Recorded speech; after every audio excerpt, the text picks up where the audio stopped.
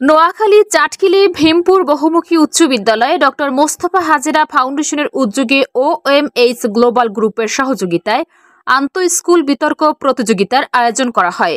রবিবার সকালে ভীমপুর বহুমুখী উচ্চ বিদ্যালয়ের সভাকক্ষে পাল্লা মাহবুব আদর্শ উচ্চ বিদ্যালয় ও ভীমপুর বহুমুখী উচ্চ বিদ্যালয়ের মাঝে বিতর্ক প্রতিযোগিতাটি অনুষ্ঠিত হয়। ভীমপুর বহুমুখী উচ্চ বিদ্যালয়ের সহকারী শিক্ষক শুভ্র কুমার ভূমিকের উপস্থাপনায় বিতর্কের প্রতিপাদ্য হল জীবনের লক্ষ্য নির্ধারণে আগ্রহী হল বিবেচ্য বিষয়। এ নিয়ে যুক্তিতর্ক উপস্থাপন করে ভীমপুর বহুমুখী উচ্চ বিদ্যালয় পক্ষ দল হিসেবে বিজয় লাভ করে এবং শ্রেষ্ঠ বক্তা হিসেবে পাল্লা মাহবুব আদর্শ উচ্চ বিদ্যালয়ের 10ম শ্রেণীর জান্নাতুল মাওয়া বিথি নির্বাচিত হয়।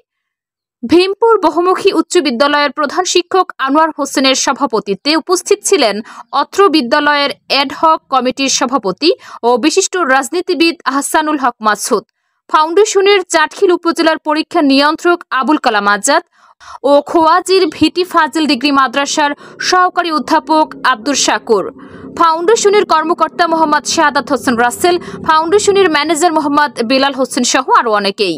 ফাউন্ডেশনের কর্মকর্তা মোহাম্মদ শাহাদাত হোসেন রাসেল জানান, ফাউন্ডেশনের এই বিতর্ক প্রতিযোগিতা উনি চান চাটখিল এবং সোনাইমুড়িকে 2040 সালের মাধ্যমে শিক্ষানগরী হিসেবে ঘোষণা করেছেন। এই শিক্ষানগরীকে বাস্তবায়িত করার জন্য উনি অনেকগুলো কার্যক্রম হাতে নিয়েছেন।